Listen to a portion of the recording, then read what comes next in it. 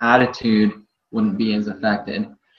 So I didn't like the competition, but then there were other people in our office that liked the competition because it did drive them and motivate them to sell more.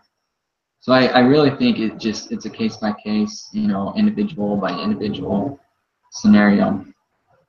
Yeah, no, I agree. I'll just share real quick since it's a positive thing. I'm a bus driver, right? And so we have a rodeo. We call it ROADEO. And so we compete against each other in our bus barn, and then the top 5 go and compete regionally. And then those top 3 go and compete statewide, and then the top 1 goes to nationals and competes against everyone from the different states on that particular type of bus. And there's either a conventional, which has the big belly in front, or there's a transit, which has the flat nose. Well, I was a brand new driver, and I somehow got thrown into this competition, and I loved it. I loved it, and I took off, and I ended up going to nationals and winning 2nd place, which was like incredible. I'd only been driving for 6 months, and everybody was like, woo, woo, how did you do that? I'm like, I prayed a lot. I mean, I just prayed and prayed and prayed. Well, I loved it, and I loved the people I worked with because they were all so helpful. The next year, I did it again, thinking, oh, yeah, I'm going to kill everybody this time. I'm going to take 1st instead of 2nd at nationals. And but instead of being the fun, loving, let's go out and have fun practicing, I was very competitive with everybody around me. In fact, there were people that I practiced against that I just didn't like. I did not talk to them at all unless I absolutely had to, because they were the competition. And it really hurt me. It hurt me, and it hurt the camaraderie of the team. And I ended up at the very last minute, the week before the regionals, I backed into a pole and I was out because you can't get in an accident. Yeah. So I didn't get to compete last year, and it was just devastating. But when the rodeo happened that next weekend, I went and I rooted on my team, and it was the hardest thing I've ever done. But I realized what a horrible attitude I had, and how I should have been like this the whole time, and I wouldn't have hit that pole, because I would have had more of the Christ-like spirit with me, and Heavenly Father would have never let that happen. But I came in with the wrong attitude, and I wasn't a team player. So I saw both sides, and now, of course, this year I'm going to kick serious, but because I'm going to be a team player. So it can be a really good thing and bring everybody together, or it can really hurt everybody. Is there anything that you can think of that might have hurt that varsity team that we haven't talked about? We talked about the conflict, and we talked about it being interpersonal and trust issues and the rivalry, competition. Is there anything else that you think that might have played a role in them not being able to beat the JV team?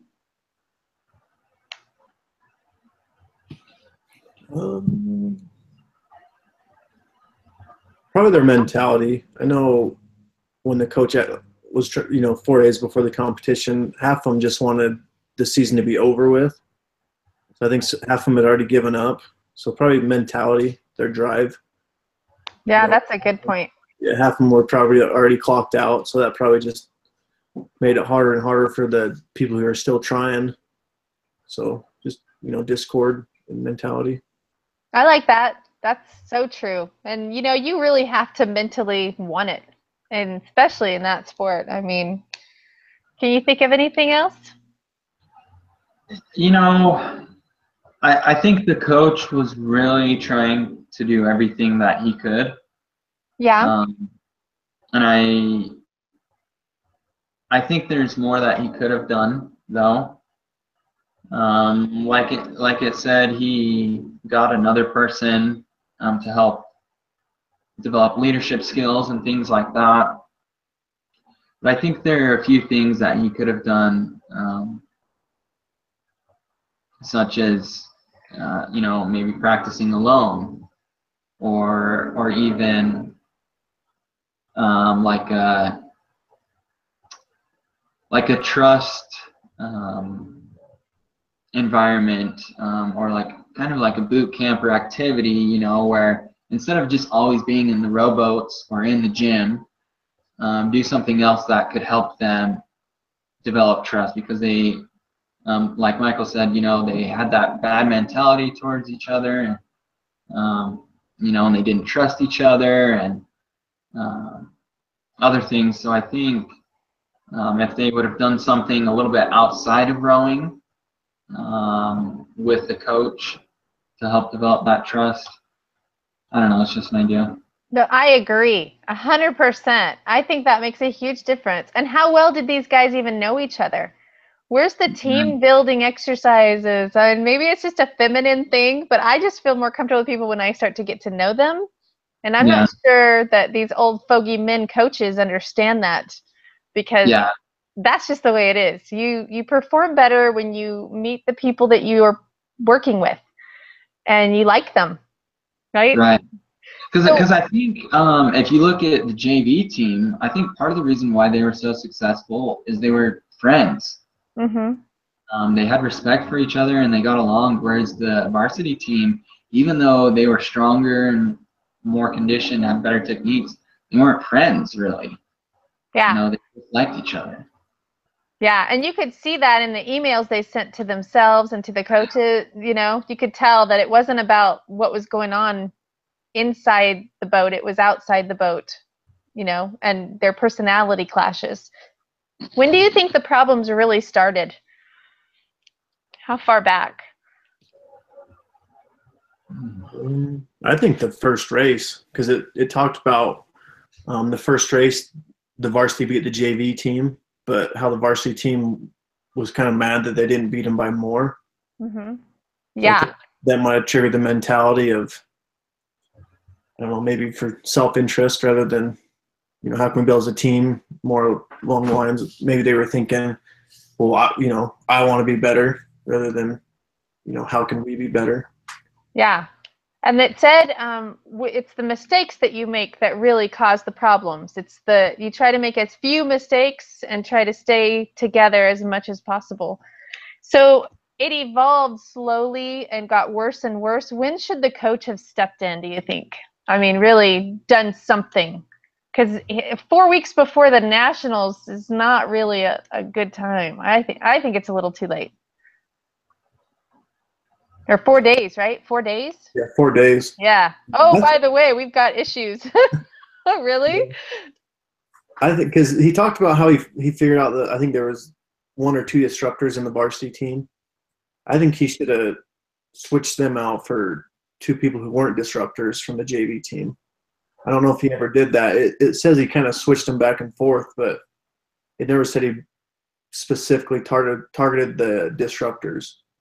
Yeah. So I don't know why he didn't just take the disruptors, put them on the JV team, and take the 2 best JV teams and put them in. Because I feel like that, would have helped them more than, I don't know what he did. Yeah. I think maybe he just saw the success at the beginning and just kept thinking it's going to get better on its own, Right. And, he waited too long. He just waited too long. I think he put too much trust in the numbers. He saw their performance in the weight room or, on the rower machine. I think he just put too much trust in the numbers rather than, the psychological synergy aspect. Yeah. And what about a leader? It said that there weren't any real leaders on the varsity team. Could he have not asked one of the people to step up? I know on my daughter's soccer team, they have a team captain. And she's like in charge of motivating, and she gets all over some of those players if they're slacking off. And it means more coming from her than it does the parents on the sidelines, Yeah. Okay. All right, I think this is a great discussion. Let's keep going. Okay, we talked about what he should have done differently closer to the fun of the season.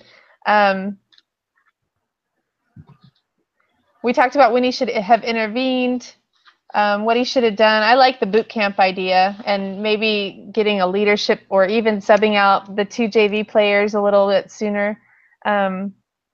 It says be very specific about what you think he should have done and when and why it would have worked. I think we have done that. What do you think Coach P should do on Tuesday? What do you think he should do about what's the conclusion? It kind of left us hanging. What do you think he should do?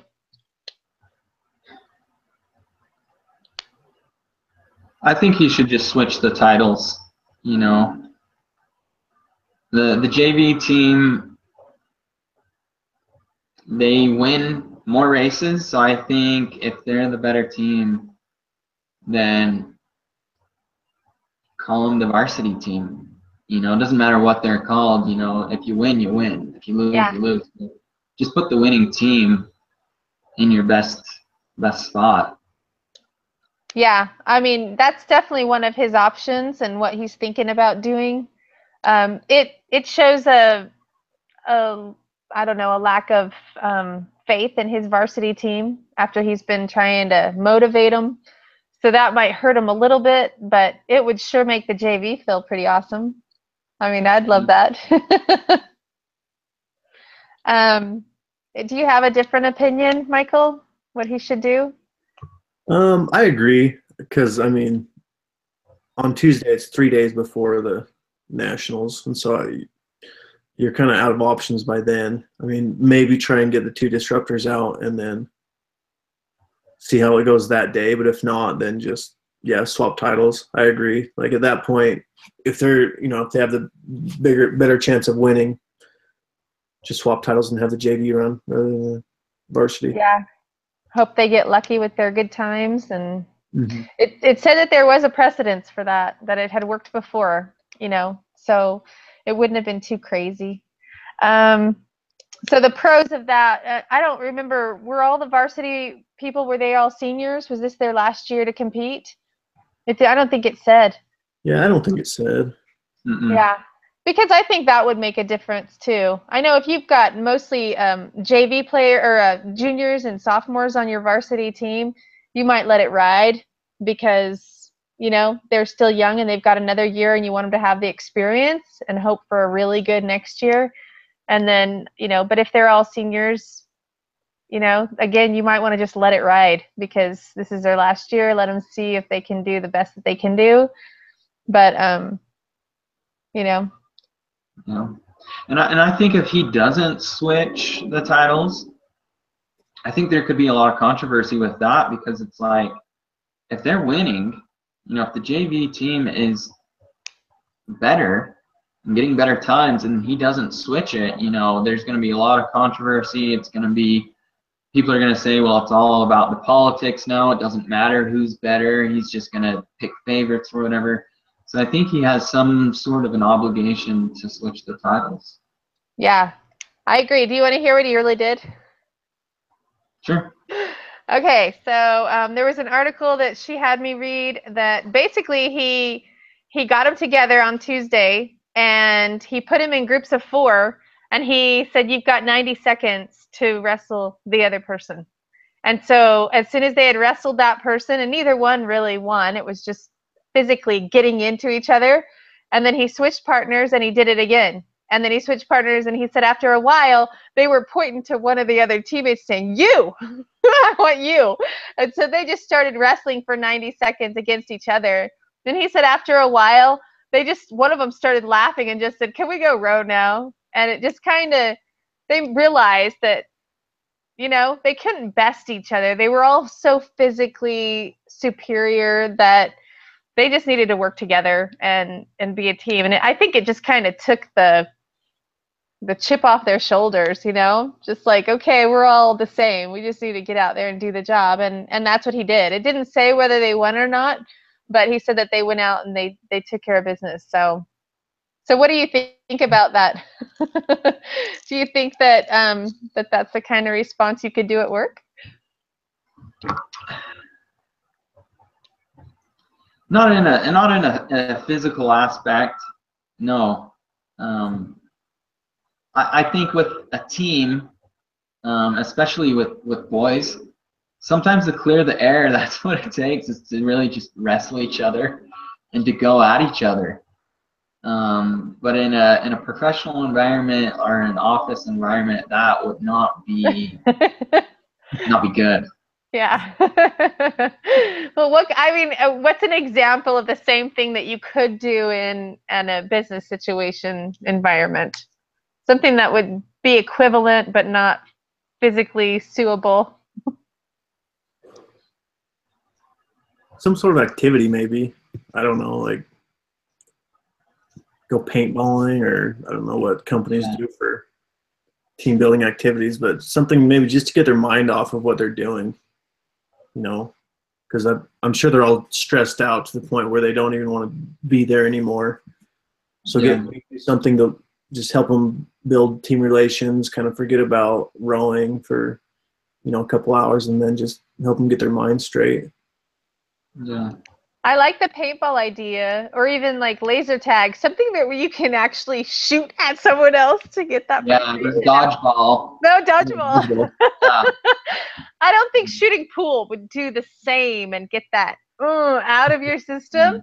But yeah, I think it's a good thing to be able to take out your frustrations in a fun way where you're not really hurting anyone. And you know, it does, especially when you've got someone that's irritating you to that extent where you can't really work. You can't do your job because it's such a distraction. And I think that's what happened to the guys. Okay, so that's pretty much all we had to talk about. There is some feedback you have to give me, and be nice because you'll be doing one of these soon. It says, what is the most important thing that you learned from this case?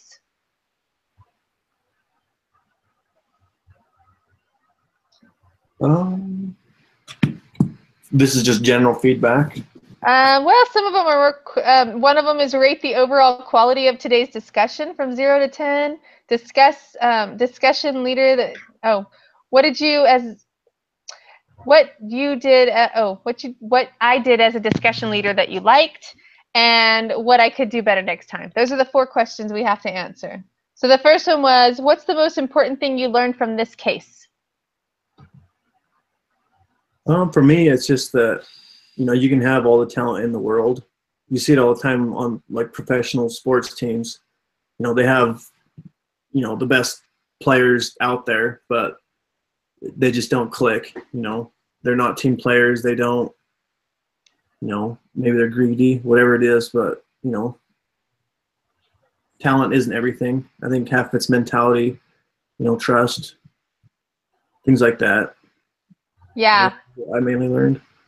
I like how it said something about the sum of all its parts or something like that, where, you know, it might be a great road team. It might look like it's doing great, but every part matters. Every section, everything. Yeah, I like that. Yeah, I agree. You know, having that team unity and that respect and I guess friendship really is important. You know, it's almost more important than the skill.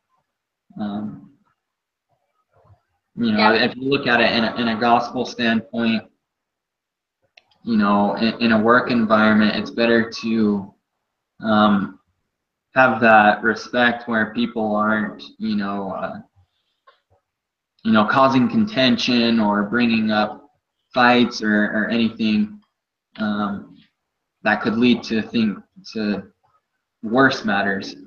So I think, you know, having that friendly environment and that mutual respect. You can still have competition, of course, you know, friendly competition.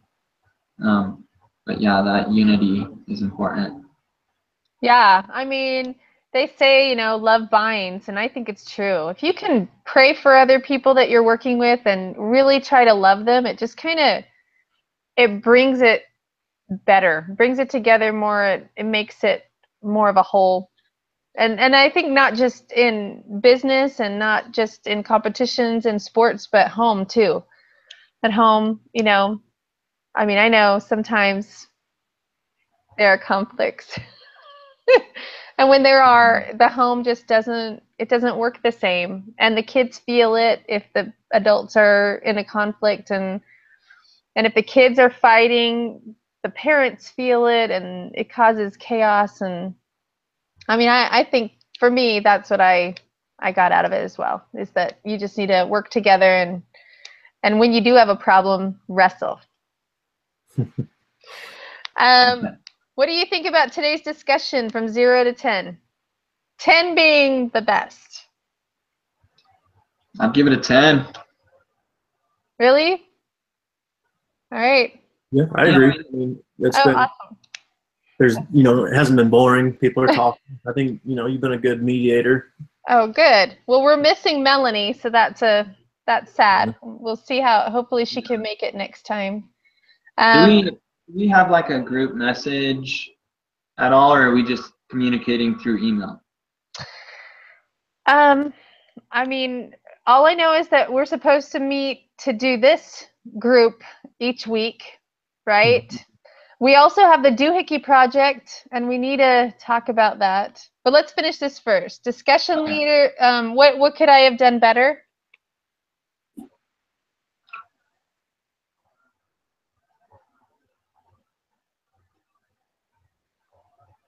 I don't know. I mean, I felt like you did a good job asking, the both of us what our opinions are, if we have anything more to add.